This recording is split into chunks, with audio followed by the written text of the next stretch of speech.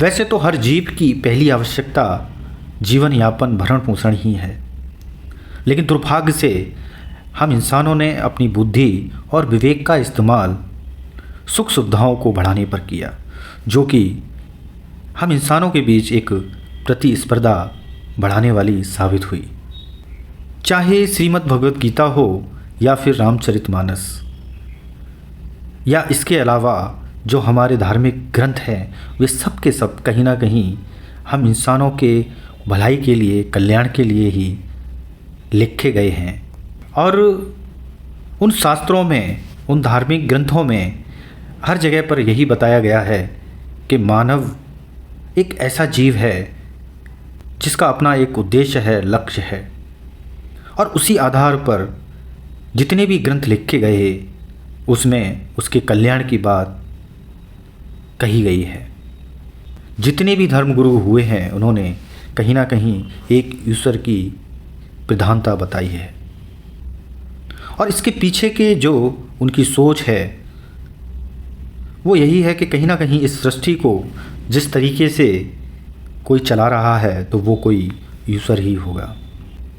अब विचार ये भी आता है कि हम इंसानों का इस पृथ्वी पर होना और उसमें विवेक का होना मनुष्य को ही क्यों मिला? बाकी के जीवों में विवेक नाम की चीज़ क्यों नहीं होती? और अगर मनुष्यों में विवेक नाम की चीज़ होती है तो वो क्यों होती है? आखिर एक मनुष्य का जन्म लेना और उसके अंदर विवेक का होना इस सृष्टि के रचनाकार ने मनुष्य को ही क्यों दिया? क्योंकि सृष्टि के रचनाकार ने जब जीव को बनाया होगा तो उसके पीछे उसका कोई ना कोई उद्देश्य ज़रूर होगा।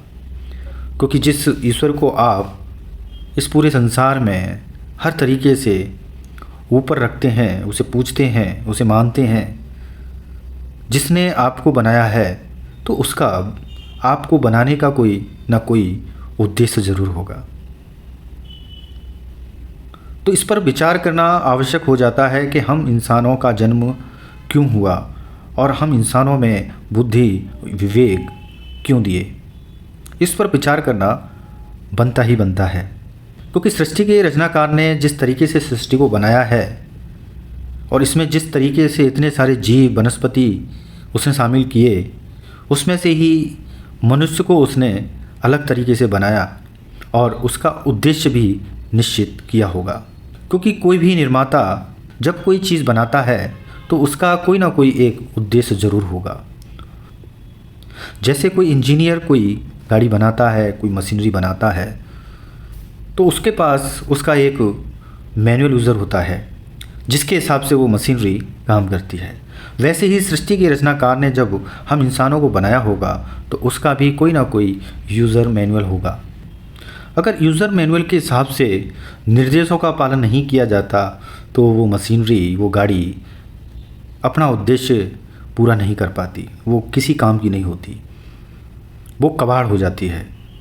ऐसे ही जब हम इंसानों का जो यूज़र मैनुअल है, अगर हम उसके निर्देशों के हिसाब से नहीं चलते हैं तो हम इंसानों का कल्याण होना मुश्किल है।